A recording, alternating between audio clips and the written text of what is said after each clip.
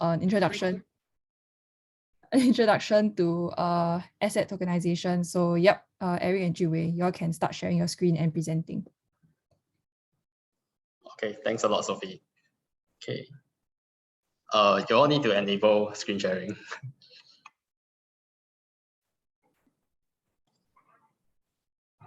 Okay, thank you. Hold on. Okay, can all of you all see our screen?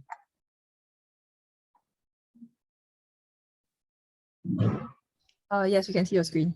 Okay, okay, then I'll pass my time over to Eric first to do the introduction. Great, thank you, Chinwei. Hi everyone from the NUS Fintech committee or group. What we like to do for today's sharing is basically three parts. We would like to basically walk you through, to some extent, we term it as back to the future, the evolution of digital assets, or in fact, the tokenization. Then following from there, I'll pass it on to Jinwei to elaborate, to share who we are or what HGX or HG Exchange is about and our vision to the marketplace. And then finally open up to the audience for any Q&A that you would like to raise. So that's basically the format that we would like to share with you. All right. So let me start to give you a bit about myself as a beginning. So I've been in the capital market space, in fact, comprising of the fintech, entrepreneurship, and the leadership experience for over about 20 plus years. As what you guys know now, I'm currently the president of HGX, or HG Exchange to be exact, and we are the Southeast Asia's first member-driven private securities exchange that was awarded the MAS Recognized Market Operator back last year, sometime in June. And most recently, I was appointed as a board of director of a private family office investment company called Midway Investments that was established since 1980. Concurrently, I've also been, as I've shared, as an entrepreneur. So I'm also concurrently the co-founder and board director of RF International Holdings, which was established back in 2018. Within this investment holding company, we have two portfolios. One is we have invested about $3 million of our own private funds into another SME firm that also holds a MES license, and this was alongside SGX and Heliconia, which is the subsidiary of Temasek Holdings. At the same time, we also have a MES registered fund management company called RF Fund Management, which we established in 2020. Then lastly, I'm also the founder and chairman of New Partners Global that was established in 2014, which is a fintech certified company by the Singapore Fintech Association in serving the capital market space. All right, so that's basically my part of my entrepreneurship career.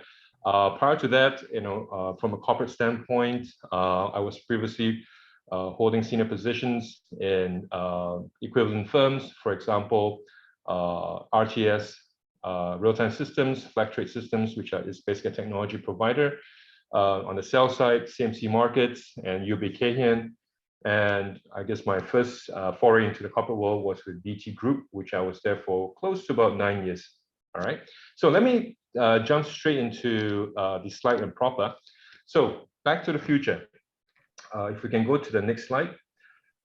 Some executive summary. So if you look at the history back all the way till, I would say, 2018, and then moving on to 19, you will see that there has been already activities in terms of not just the cryptocurrency markets, but also in the digital or security token assets, right?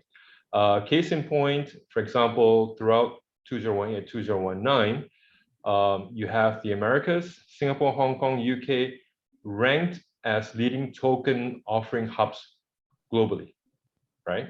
And then fast forward, there's a rise of STOs in the second half of 2019. And to share with you later on in the following slides, you will see some very interesting asset tokenization that has already happened in that time period. All right. Moving on to the next slide. So in the first 10 months of 2019, there has been over 380 token offerings and have raised a total of US 4.1 billion, right? And you look at the chart at the bottom in terms of the monthly volumes and numbers, you will see very specifically big names that actually has issued, whether it's an ICO, initial coin offering, to initial exchange offering, and also on the STO front, which is the securities tokenization offering. Now, in the context of our discussion, I would say there's also evolution of the terminology used in our space. It started, as we all know, from STO, security token offering, to now we call it digital securities, right? And in the context of Singapore, I think MES, they are basically taking a broad description of digital assets. Okay. Now moving on to the next slide. Here you will see the developments of STOs that continue to establish as a pivotal blockchain-based crowdfunding instrument. And if you look at the chart, it goes all the way starting from 2018 February, where month on month it has solid, I would say, growth in terms of its penetration into the market. But again, largely these are from the Americas. Moving on to the next. In this slide, you will see that more and more established institutions globally conducting corporate directly issued security tokens offering. So you'll see from government agencies like the Austrian government that has issued government bonds, and this is back in 2018, raising about 1.4 billion US dollars. Next, you see financial institutions such as banks, Banco Santander, again on a tokenization of a bond that is euros 20 million in 2019, all the way down to the World Bank, as you see at the bottom, that has raised or issued 108 US million in terms of tokenization of bonds, right? So again, the evolution of tokenization of assets has already happened back in 2018, right? Fast forward to next slide, please. You will see also the influx of well-established tokenization ecosystem already in place, right? With a strong focus, again, I mentioned in the US as a favorable hub. You will see many of on the left of the diagram, you see different kinds of tokenization companies that came into the market, right? As far back as 2013, which was Alpha Point, to even now, if you read in the news, you have Securities as a company and many others, including HG Exchange.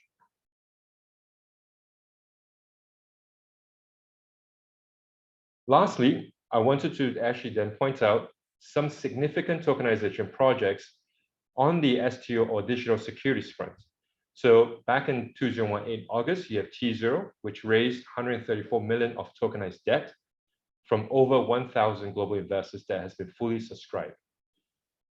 To a different kind of asset class, which is contemporary art back in December 2018, with a tokenization value of 11 million, fully subscribed, to real estate in January of St. Regis Aspen Resort, Colorado, 18 million, to equity-based in May 2019, Proxima.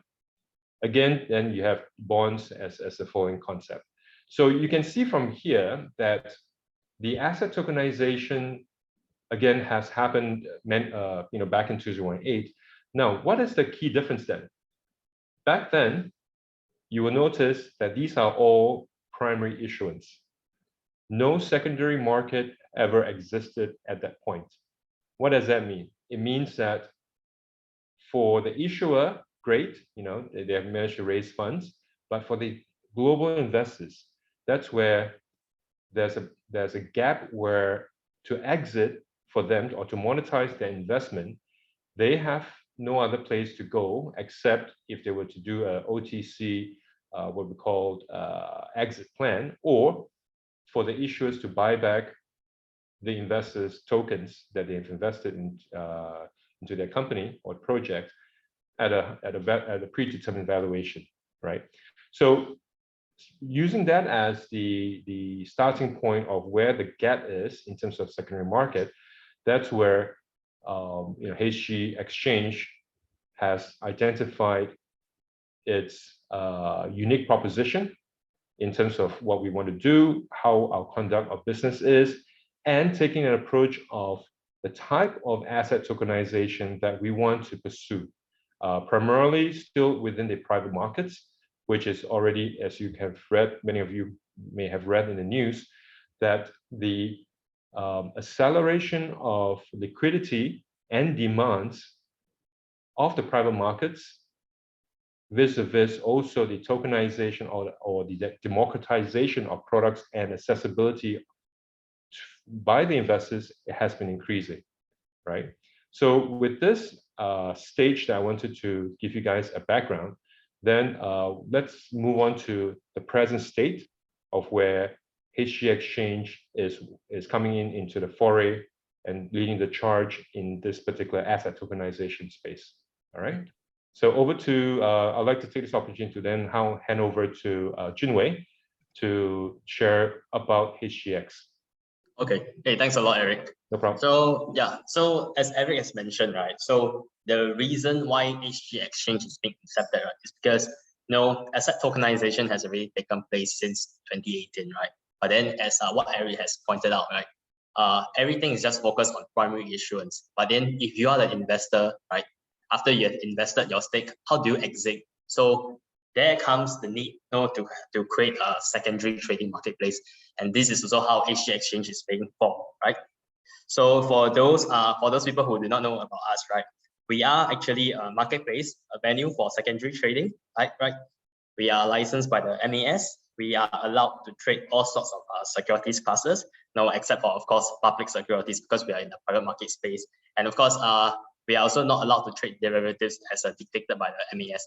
Otherwise, right, we are able to trade all sorts of asset classes, including like alternatives, bonds, or private equities, right? So this is just something about us, like why are we called HG Exchange? So because the HG comes from the elemental symbol Mercury, right?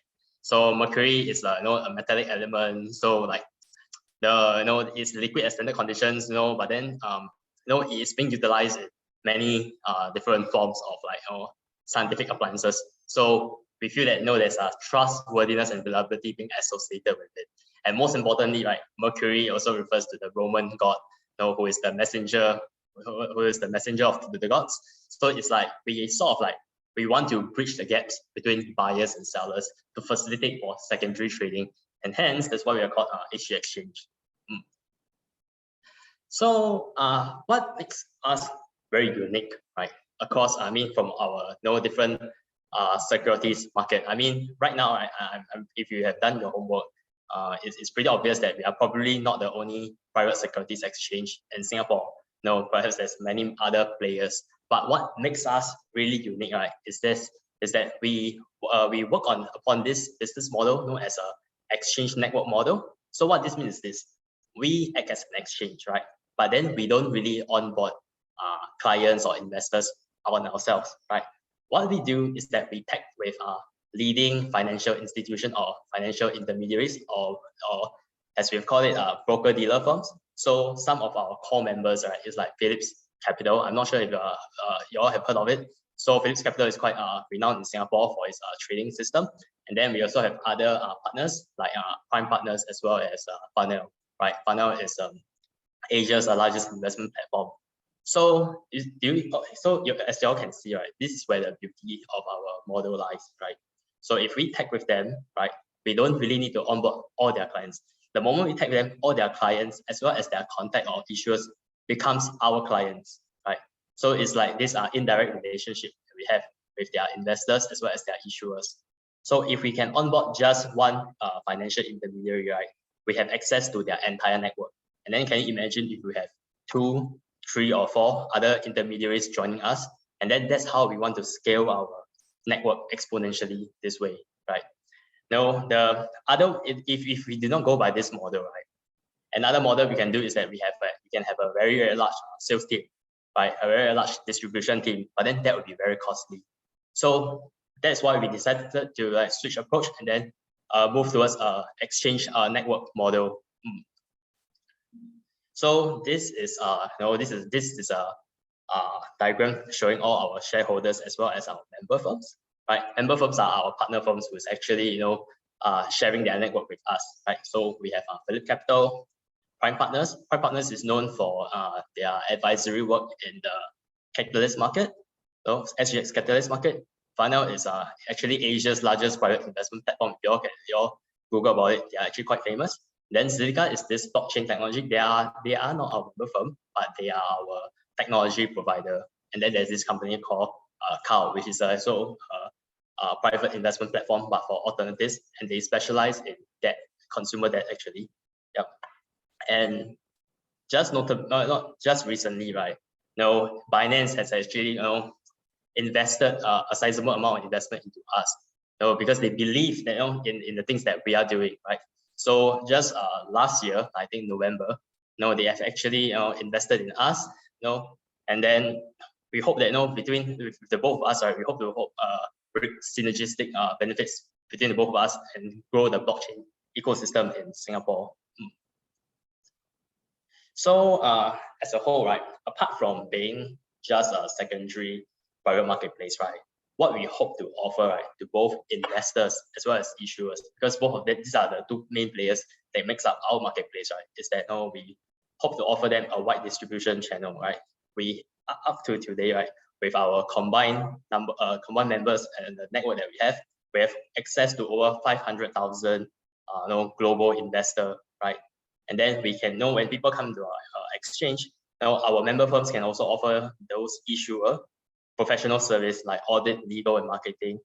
Of course, our platform is also built upon advanced technology. We are built upon the Zilliqa blockchain. And then we have a bunch of actually very innovative investment products, which I'll elaborate later on in later slides. And then, of course, last but not least, we are actually regulated by the MAS. So it's like we are not we are not like any iffy type of exchange. We actually are legitimized by and recognized by the MAS Singapore. So now let me talk about some interesting stuff. Some interesting products that's actually listed on our exchange. So as Eric has mentioned, right, asset tokenization is very interesting. Basically with asset tokenization, you can in effect tokenize almost anything. And till today, we have actually 16 different products that's being listed on our exchange, right? So these are our products. So notably, right, private securities is something that we are strong in, as well as alternatives. Alternatives in the sense of digitized whiskey tokens, right? So in fact, we are probably the first in Southeast Asia, if not the world, to actually tokenize whiskey and have it traded on the exchange. If you just do a simple Google, right, it's likely that you'll find that we are actually the first exchange to tokenize whiskey and have it traded. Yep. And then this whiskey and alternatives is just one part of our spectrum of products that we can list. In fact, we are actually looking to digitize art, funds, debt, wines, and even cryptocurrencies into our exchange in the near future, right? So let me just give you a case study of how we actually tokenize this whiskey product. So okay, like I've mentioned earlier, right? So you can tokenize anything, right? You can, but the thing is, if you want to tokenize anything, right, you must tell yourself if, let's say, are there demand for the product or not. If let's say today you want to tokenize, I don't know, like your water bottle, will people actually have interest to buy your water bottle? So these are the kind of things that we need to consider as an exchange, right? So we cannot just some tokens might be interesting to like tokenize and list it on exchange, but there might not be demand for it. So that is where our members-driven model comes in, right? So we tap on our network. So we ask the member firms, right? Do they see opportunity in tokenizing this particular asset? right? So if let's say all the member firms think there's an opportunity, that's where we'll list it into our exchange. Of course, when we list the asset, right, the tokens, right, into our exchange, right, there's of course some legal kind of structuring at the back end of the process. But I'll probably not touch about that. So once we have the green light from all the members, right, that's where we will create these tokens using the Zilliqa blockchain and launch it into our exchange for people to trade. And the people to trade, right, refers to the investors of all the financial intermediaries in our platform. So yeah, the Whiskey tokens, right, actually generated much publicity to us. We have been captured in famous news media like Nikkei Asia, Asian private bankers, the Age Singapore, and even Business Times, right? So this is actually something legitimate, and it's gaining traction as we move along the years. So yeah, in fact, for our first ever whiskey listings, right, we list 5 different casks of whiskeys at a total of like 1.25 million pounds, right? And then it's really gained a lot of traction. And then because of this traction, right, we actually launched a 6 cask of whiskey, which is the Aurora Whiskey, right, at an amount of 0.5 million pounds. So as you can see, it's really quite famous. It's really getting traction here. And in fact, if you take a look at this, right, this is the stats that we obtained from our trading platform.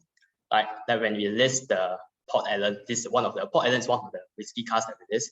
On the first day, right, the price actually jumps 36.9% from the opening price to a closing price of 11,500. You just think about the opportunity here. And then this is not just short-term price appreciation. If you actually go and do some research, right, I think PwC or EY actually published this. Knight Frank actually published this luxury index. You'll see that rare whiskeys, right, has actually appreciated the highest of all alternative assets in the past 10 years. So this is something that we thought that is really gaining traction in the alternative space. And then, sure enough, right, when we launched the 6 casks of whiskey, the Aurora Whiskey, on the first day it jumps 12.9%. So there really is momentum here, right? And then in the future, we are looking to actually tokenize art pieces as well as wines, right? In the future to come. Of course, these are just alternative assets that we are talking about. Now, we are also looking to list traditional assets like bonds, digital bonds, and also more and more private equities. Yeah. And in fact, our exchange, right? If we just actually started off like last year, right? And we are already registering a monthly trading volume of US 350,000 per month, right? And then this is only on the alternative assets. We are not including the private equities of those private companies. If we were to include them, right, we will have to add an additional 2 million to our trading volume. So you can see this is really something that I would say that is really gaining attention in the world today, in the finance world today. Yeah. And then so this is the art pieces that we are planning to list in the upcoming months. So it's really interesting of where the development is going. Okay, so I think this is mostly about it. I'll talk about the team, right? So our team is actually made up of a series of seasoned players, right? Most of them are former investment bankers. And then we have our CEO who came from Zuno, and also he was a CEO in a previous crypto exchange. And then we also have Eric, who comes from his own startup as well as RF International, right? And then we also have our tech advisor who comes from PayPal and 10x, right? So our milestones today is that even though we were founded in 2019, 2019 is just like the conceptual stage.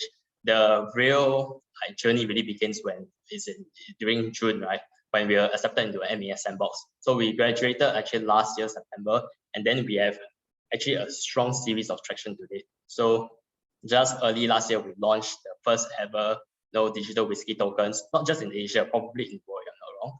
And then in June, our CEO is actually being promoted from the CEO back then to the CEO. And then October, we welcome our 4th member firm. And then in November, Binance actually acquired an 18% stake in us because they believe in us. And then who knows, right? This coming year, we believe that more and more stronger traction is coming in our way.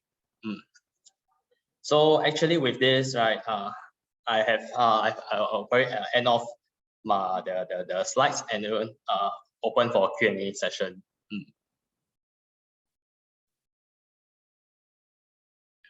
Okay.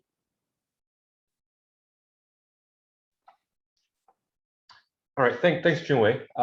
Yeah, so this is Eric. So yeah, so we'd like to open out to the floor to the NUS Fintech Society members.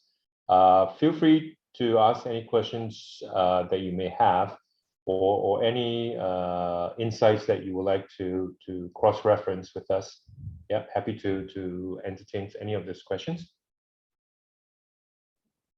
Hi, Eric. You can actually see the questions in the Q&A tab at the bottom. Okay. Yep, the questions are over there. Okay, so let's see. The first question is, what is the intrinsic value of the tokens? Can they be traded in for underlying assets? Okay. Okay, maybe Joey, maybe I'll take this one. Okay. Right. So let's use a present case example of the whiskey token that we have listed, the two of them, right? As part of the asset structuring, that's where the issuer will discuss with the member firms in terms of how do they want to structure the tokens, right? In terms of whether is it exchangeable for the underlying assets or not. So one of the things is, for example, the whiskey token, and this is personally, I've also invested in the token itself. So the answer is, it's being structured in from a commercial standpoint. One is at the end of the tenure of the listing, which is a fund essentially, the investor can choose to either, number one, monetize its investment by choosing to cash out, right?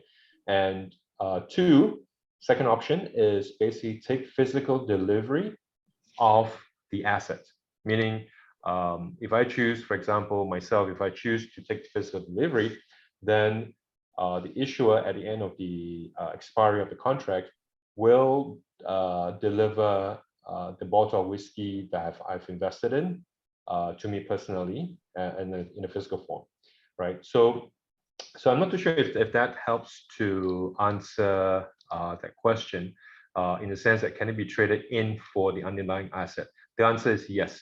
If it's for equity base, again, it really depends on a case by case, again, with the issuer, whether they would like to structure in the investment agreement for the investors that it gives that a possibility to exchange for the underlying equity or shares of the company, right? As for fixed income, probably it's basically, as we all know, it's basically bonds. Then obviously that one doesn't have any underlying assets to be traded in for, right? So I hope that helps to answer. Junwei, do you have anything to add on for that question? No, what you say is exactly spot on. It really depends on the structure of how the assets is being legally structured. Yeah. Okay, great. Now we go on to the next one. This is from Martin. Is tokenization more efficient than ETFs to construct diversified portfolios? Okay, let me put it this way.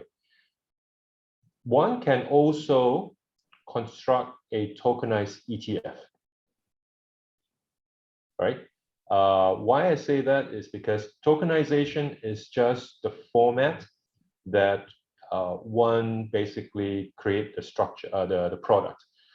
Structuring as an ETF is not a problem. We, as an exchange, as long as there is an issuer that is willing to, I guess, work with the member firm to construct an ETF and tokenize it in that form to offer to the investors, yes, it can be done.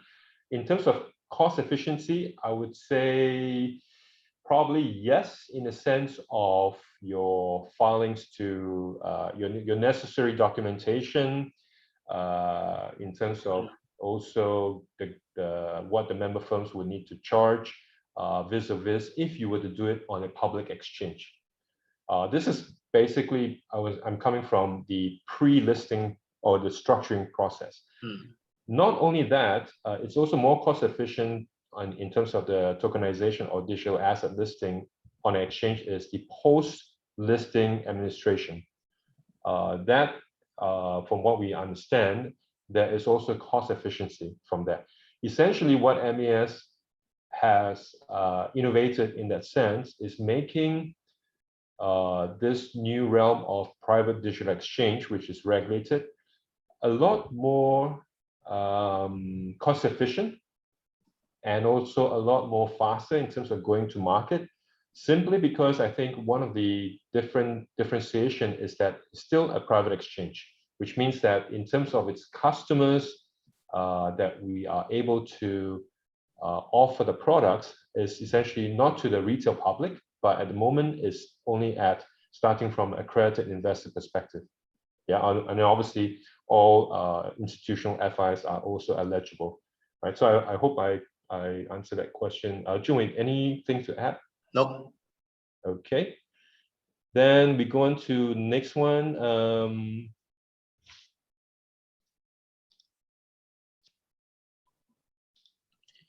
Are there internship opportunities available in tech role at HGX?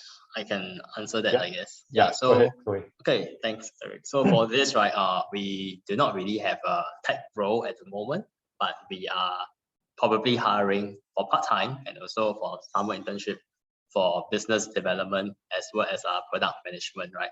But of course, you know, when you come to the exchange, we'll probably expose you to all areas. And then if you deem that, you know, you are suitable in a particular area, like for example, tech, right? Then yeah, probably you can help out in that space. So we are actually open to all roles, but for now, the focus is actually on business development and product management. Yep. Great, thanks, Joey. Yep. Moving on to next. What do you think is unlikely to or hard to be tokenized? I would say, okay, number one, I would say as long as the product that the issuer or anyone wants to tokenize is verifiable in terms of its underlying asset,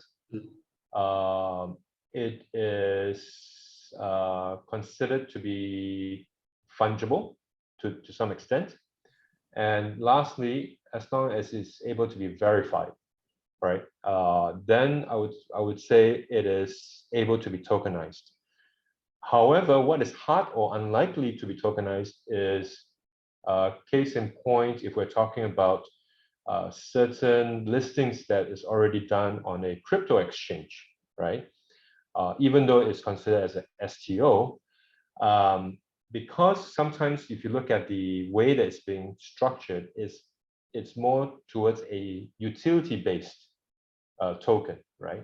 Then that is, in the view of our regulation, we are unable to facilitate that kind of tokenization or listings in that sense, right? So, so in short, I would say broadly yes, but there are certain caveats because each of the products that is being listed on the HGX or any regulated exchange has to be an approved product by MAS, right? So it has to follow obviously the Securities and Futures Act primarily. So I think that's the underlying principle guidelines in that sense, right? So maybe Junwei, anything to add? Yeah. So I know in addition to regulatory and so legal considerations and to think about, I know as an issuer, when you want to tokenize an asset, you also have to think about the economic feasibility and whether there is demand for the assets that you have tokenized. If there's no demand or no interest for it, then it probably makes no sense to tokenize. Yeah, that's it. And also, I think if I take another broad level view, given that HGX is a members-driven model, we also have to be cognizant about the country of jurisdiction of where the product is, right? So for example, if we are looking at a a product from Kazakhstan, for example, yeah, and to state a real life experience, we did encounter a very high potential product with somewhat an ESG, what we call background to it, and we then did a broader, call it due diligence. We realized that from a country specific, there is some country regulation that prohibits us to actually pursue further discussion on that particular product opportunity because of the country risk. So just to give everyone some backgrounds, it'd be good to also not looking at the commercial propensity, but also looking at the country risk where the product is coming from. Yeah. Okay. All right, then moving on to the next one. What is one of the weirdest assets that has been requested to be tokenized? This is good. Let me share with you one concept that we actually been discussing internally within HG Exchange. We wouldn't say it's the weirdest, but we term it as innovative, right? And one of the topic that we had been discussing was about the possibility to be able to tokenize IP rights, right? Intellectual property rights. And this is looked at primarily from the medical industry, or we call it medtech, right? Where there are firms with good IPs, and instead of looking at company valuation of tokenizing the company shares for fundraising, we were deliberating about what about if we were to innovate and look at tokenizing the IP rights of those firms, because IP does have its intrinsic market value, and if it's a good IP, then it's even better. So I think that's one of the quote unquote weirdest but innovative asset that we were trying to look at whether we can go into that particular segment. But having said that, one has to also be cognizant that it involves a different set of ecosystem players, such as one has to look into engaging a IP legal expert to be able to come in to say, yep, this IP is of a quality, right, from a legal aspect. So it's a bit of I would say background complexity once you have an innovative asset that you are going to be looking at. So I would say that's probably one of the weirdest product that we're looking at. The other one that we potentially could look at is this product called RCP, Renewable Certificate Product, I think, if I recall correctly. It's basically a certificate that most firms who wants to go into the ESG or carbon related, that they could tokenize those renewable energy certs, right?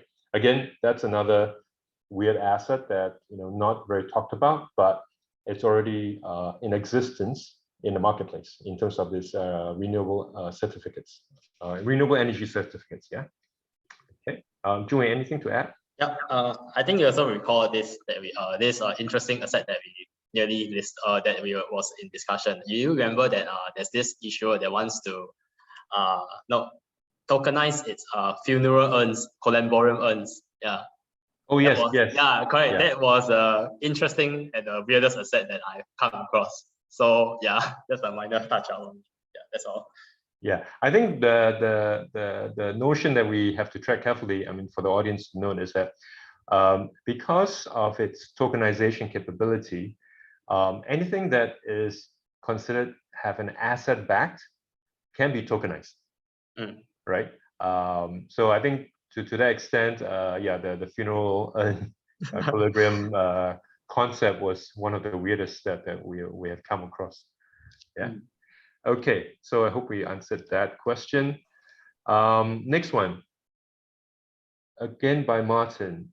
When it comes to investing in tokens, legal rights are a concern.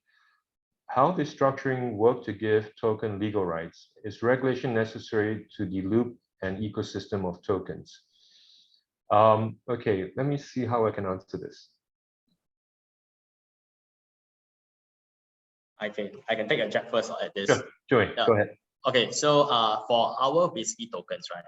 How this works is this. Okay, we set up an SPV, a blank check company, right? Correct. So what happens is that we will sign a purchase agreement of the whiskey, right, with the supplier. Okay, so we will know they will issue notes agreement, right, as a debenture. So this SPV will then take this notes agreement or debenture, right? And in some way, this process is actually called securitization, right? And from there, okay, the tokens, right, that we issue, right, is somewhat linked to the notes debenture of this SPV. So this is how we actually create legal rights, in the tokens that we issue. Yeah. Right. Eric, do you have anything to add? I think essentially you have touched on the broad picture. Yep. Just one final word about legal rights in the tokenization. Again, I refer back to the mention earlier that every single tokenization project that we do has to be an approved product of MES. And having said that, means that number one, it has to conform to the Securities and Futures Act, whether is it in terms of process, in terms of documentation and stuff like that. So that's a given already. So that would cover the legal rights of a token holder. Backing it up with the investment memorandum, that would also be then taken care of by our member firms who are also licensed firms of MES, where they would provide its corporate advisory services. And that, again, it's a second layer of legality. As to then coming back to that, wrapping it up, is the legal framework, which every project that we do is in a way sanctioned or being rubber stamped by a legal firm that will be put in as part of the structuring ecosystem player, right? So to give you a flavor, within HG Exchange ecosystem of what we call partners, we have a range of legal firms that is on board, quote unquote, on our panel that is specialized in certain assets, right? So for example, in terms of whiskey, we use, say for example, legal firm A that is quite familiar in that space. If it was a IP rights perspective, we will work with legal firm B who has a strong IP rights legal team, right? So this is as part of to address the legal rights of the token and the token holders, right? Okay. Okay, moving on. So in whiskey case, it sounds like a stretched out auction period. Okay, I'm not too sure what this question is wanting to ask. Junwei, do you know what it's trying to ask? I think it's trying to say like basically our whiskey, right? It's like okay, maybe what we can answer is what's the difference between our exchange and normal auction that's being stretched out for a long period. So like for example, whatever is traded in our exchange, we have a price of the whiskey, right? So it's essentially we are trying to auction the whiskey to everybody in our exchange. I think this is what the person is trying to say. But for me, right, my answer is yes. But then that is what an exchange is.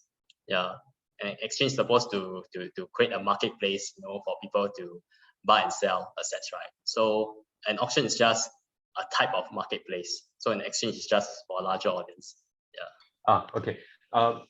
If I may add, if one is aware about the auction period or auction houses, you have your Christie's, you have your Sotheby's and stuff like that, or even very specific whiskey-based auction firms.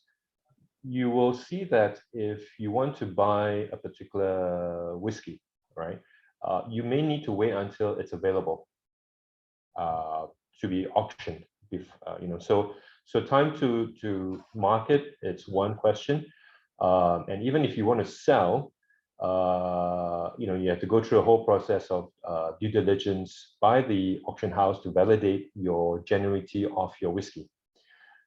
In our case, because it's a secondary market, or there is a secondary market, once you have invested in that whiskey token and it goes live in terms of listing, one could choose to monetize its investment based on market valuation of increase to exit anytime they want, right? To basically place a offer price onto the exchange. Similarly, for a investor, if I've seen the price has been increasing for a particular whiskey, I may want to just put also a bid offer, and who knows, maybe if Junwei is wanting to monetize for whatever reason, and the price matches, great, I become, my execution is fulfilled, rather than waiting for an auction house to be available for that product.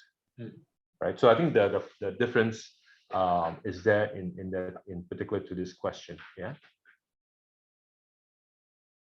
Okay. Next one. What are some of the challenges running a private exchange in Southeast Asia? Okay, maybe I will have Junwei answer this before I share my views. Okay, sure. I mean, there are many challenges, right? So you think about it. In Singapore, how many public exchange are there? One, right? SGX. And then maybe they have a mini SGX catalyst market, right? But it's still owned by SGX. But then in the private securities exchange, if you were to Google, right, there's probably a couple of them, right? One of us, if you can Google, probably like 3, 4, 5 of them. So you think about, you have to think about it, right? In the future, do we expect consolidation in this area, right? Is there a need for more than one private exchange? So this is something that we think about. And then next thing is, as a private exchange, right? There is I would say private exchange is still in a very nascent stage, right? It's not a public exchange where people already know what's it about. So I dare say that a lot of people in the private exchange is trying to figure a way out of how best it is to differentiate themselves from others, right? Otherwise, looking at a broad level, right, it seems that all the private exchanges are almost doing the same thing. So how do we differentiate ourselves, right? For us, we have our members-driven model, but how about other exchanges, right? Then what if somebody decided to emulate this members model, which is actually something very hard to emulate because network effect works are the hardest, right? That's one. And also, the problem plaguing all private exchange, right, is actually trading liquidity, right? Unlike the public exchange whereby there's the retail, whereby there are retail investors that can actually invest, buy and sell, that create a market liquidity, right? In the private exchange, it's actually a really, really different world. Like sometimes you can see dead liquidity in some days. So this is some of the few challenges that we face as an exchange. Yeah. So Eric, do you have anything else to add?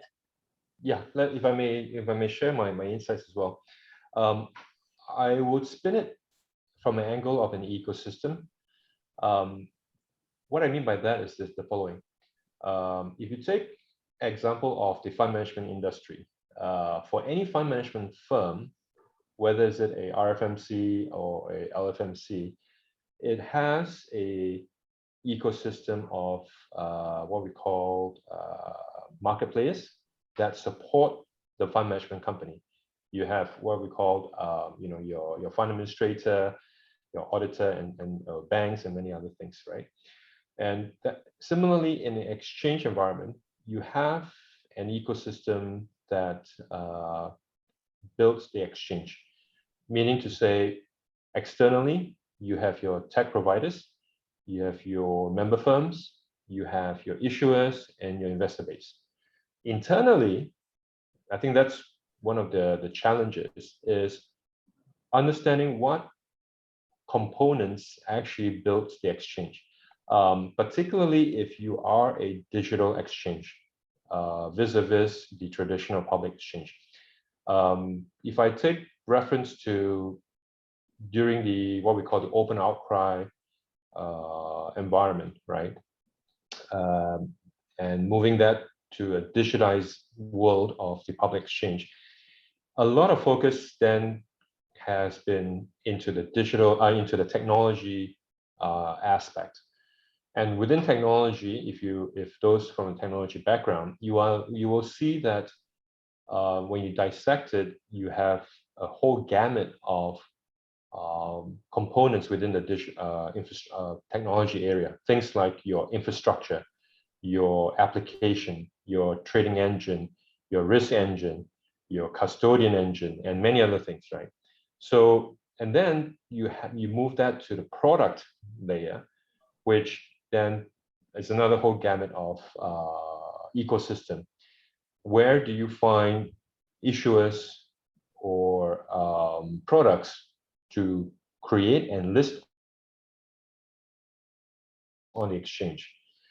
Case in point, for example, SGX, only I think in the last 3 to 4 years, they started to create an index team that basically mimics what MSCI does in terms of providing a service to create indices for financial firms to list on the exchange, right?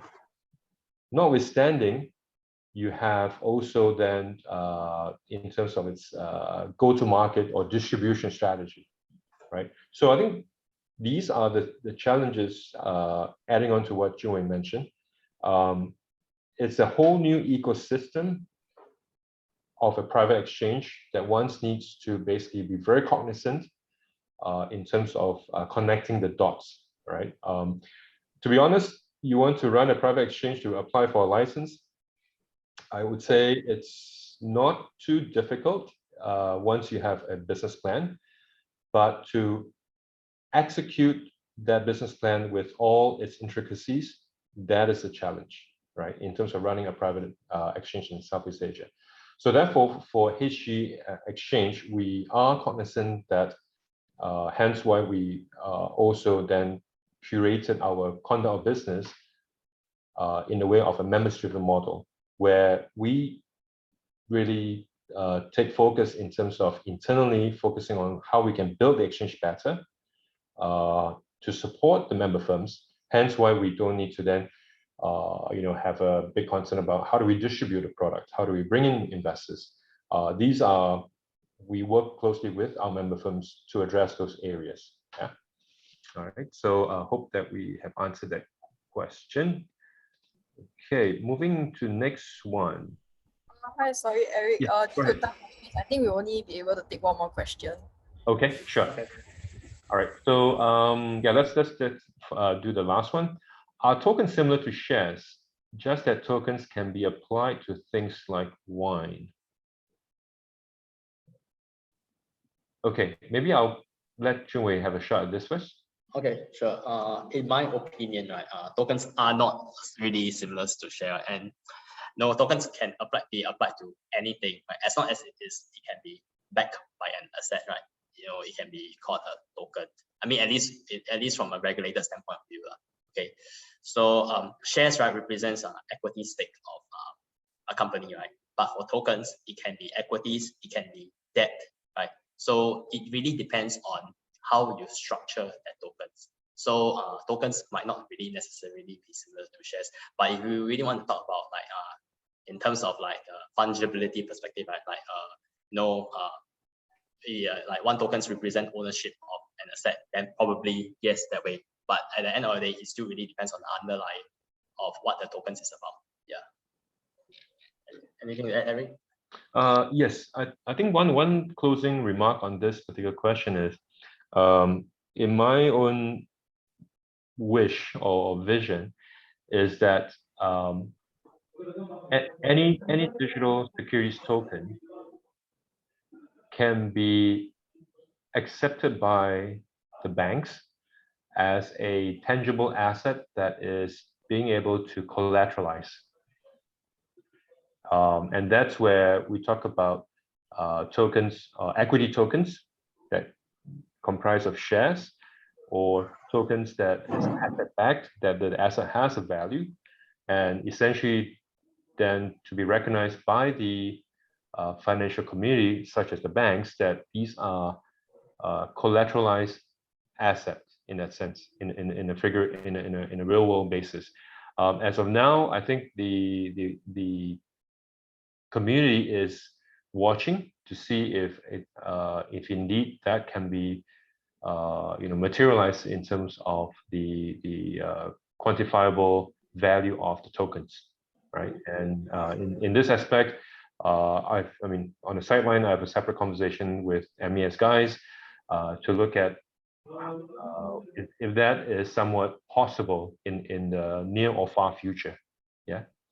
All right. So yeah. So I think that wraps up our Q&A. But just out of curiosity, would it be able to also receive the rest of the questions so that we can also look at to see how we can help to answer offline to the FinTech Society? Yep, sure. I think if they have any other questions, they can probably direct it to you, like through email or something. Would that be okay? Sure. But the ones that has been being reflected, is there a way to download those questions from your end? Yeah, I think we can compile it and perhaps send it to you if that's Yeah, I think because some of the questions are quite good, and we hope to be able to share our observation to provide some guidance to that as well. Sure. Great. So yeah, so I think yeah, over to Sophie. Yep, okay. With that, I think we've come to the end of today's workshop. So thanks everyone for attending. Yep. Thank you. Thank you. Great. Thank you, everyone. Everyone. All right. Have a good day. Good day.